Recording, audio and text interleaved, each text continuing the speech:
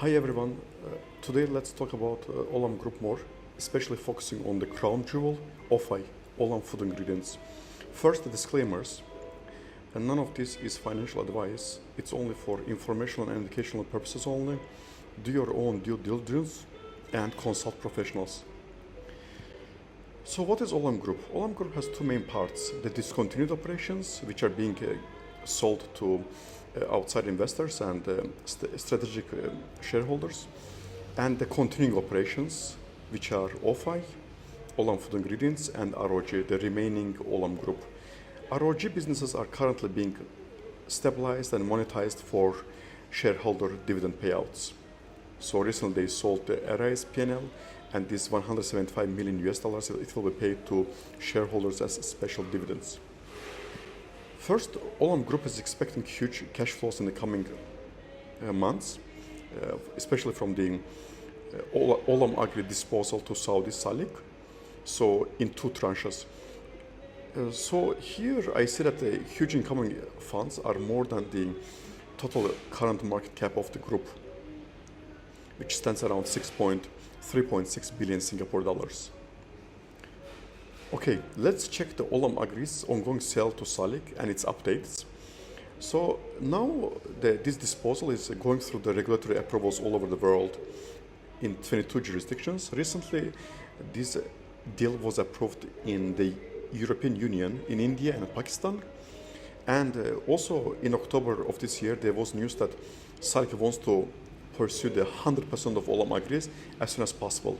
So they're going to do it in two tranches. First, the majority stake, and then the remaining 20%. So they want to do all of these by 2026, as soon as the next year. So it's exciting for the Olam Group because the cash inflows are expected to come in soon. But I like the delay because every day of this delay gives Olam Group around 636,000 US dollars. So when you analyze this daily ticker, daily quantity, it comes to around 300 million Singapore dollars. So the longer the delay of this Olam Agri disposal, I feel like it's better for Olam Group, because besides this disposal price you have agreed, you're also getting the huge daily accrued interest, which is fixed at 636,000 US dollars. Okay, now let's talk about OFI, Olam Food Ingredients, which is the crown jewel of Olam Group.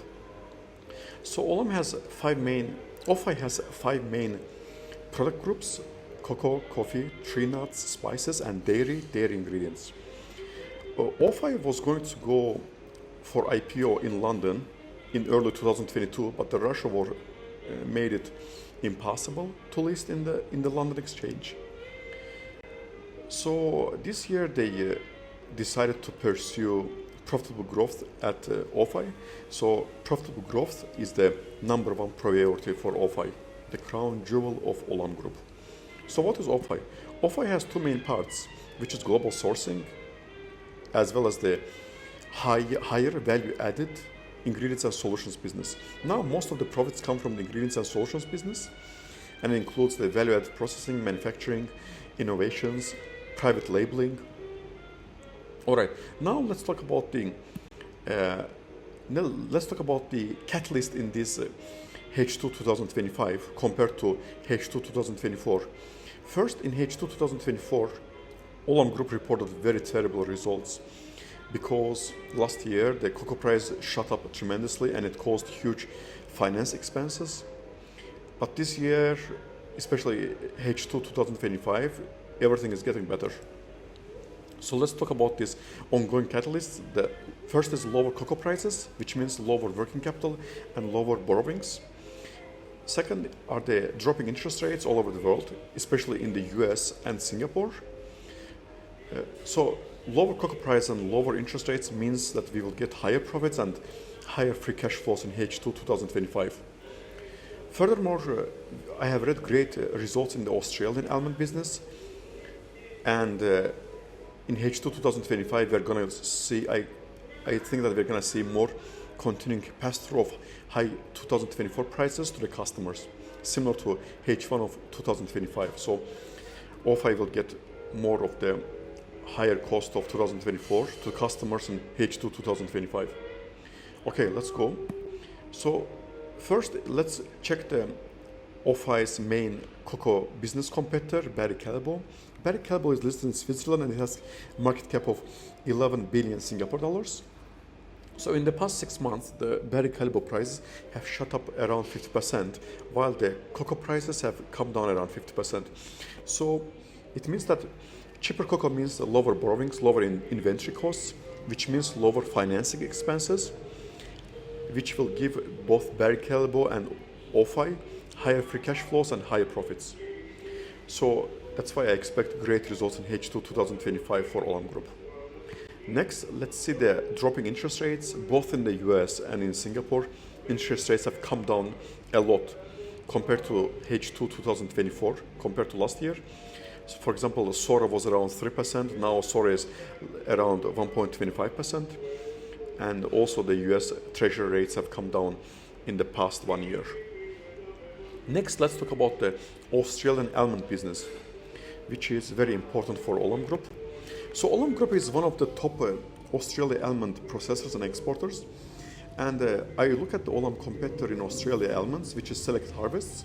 And recently they recorded like really amazing results. The net profits were up a lot, cash flows were up a lot, EBITDA was up a lot.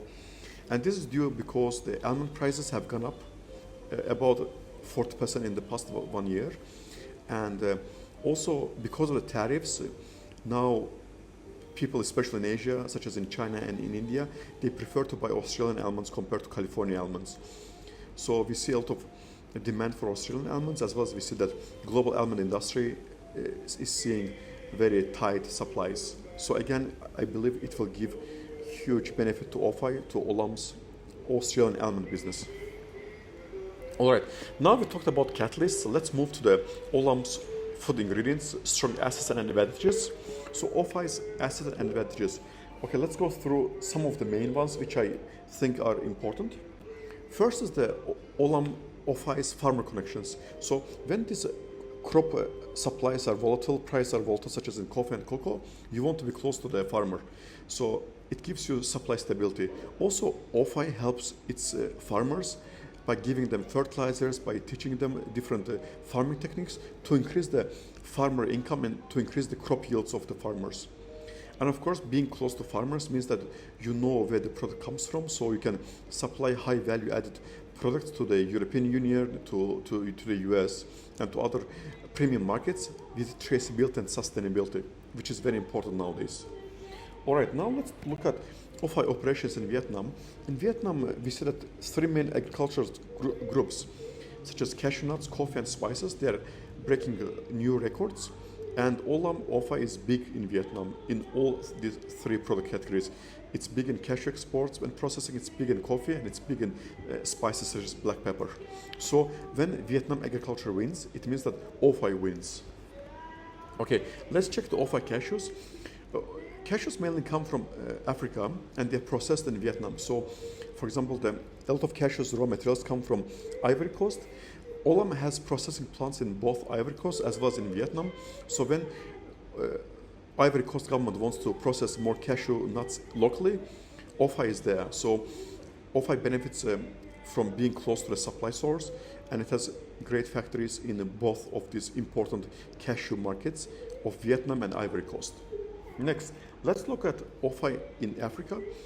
Recently, Ivory Coast was one of the top investment destinations in Africa, and Olam is big in Ivory Coast, especially in Ivory Coast cocoa and cashew processing and exports.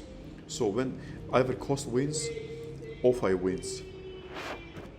Next, OFI's cocoa processing and chocolate innovations.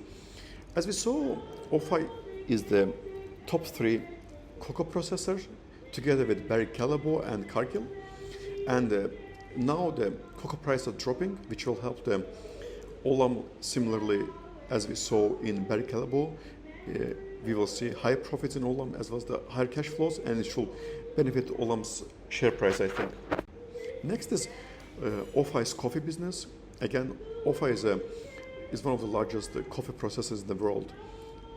It can be a Robusta coffee, Arabica coffee, in soluble coffee, or in coffee beans, such as green coffee beans. Olam exports are very important to the global supply, and Olam has a lot of top-notch multinational customers such as Starbucks and Nestlé. Another OFI advantage is the diversified supply chain. So when, for example, China doesn't want to buy Californian almonds to punish the US, then OFI can supply them Australian almonds. So OFI is present in a lot of countries, and it gives them chance to supply to their customers from all over the world, depending on customers' preference, such as due to the tariff arbitrage. All right, let's look at OFI spices business. Before IPO in 2021, OFI bought one of the largest spices packers in the US, Alder Thompson. And Alder Thompson, it even supplies the private labeled Kirkland brand spices such as black pepper to the US and the Canadian Costco. So as you can see, OFI has a lot of top-notch blue chip customers. Next, we'll talk about the Olam Group's share price problems and how Temasek can help it. Check Temasek's equity investments, especially equity investments in Singapore. It seems to be that Olam Group's share performance is maybe the worst for Temasek. And as majority shareholder of Olam Group, Temasek is interested in realizing its shareholder returns in Olam Group. And recently we saw that Temasek changed its director on Olam Group's board and appointed Dinesh Khanna as the Temasek's director on Olam Group. Also, Olam Group's chairman of the board also comes from Temasek background. So again, I believe that Olam share price is tremendously undervalued. It has a lot of catalysts going in its favor, and its majority shareholder Temasek Group, Temasek Holdings, are very interested to finally realize their investment's value, their investment in Olam Group. Thank you for listening, and again, don't forget that none of it is financial advice. It's only for informational and educational purposes. Do your own diligence and consult professionals, and be careful investing. Bye-bye.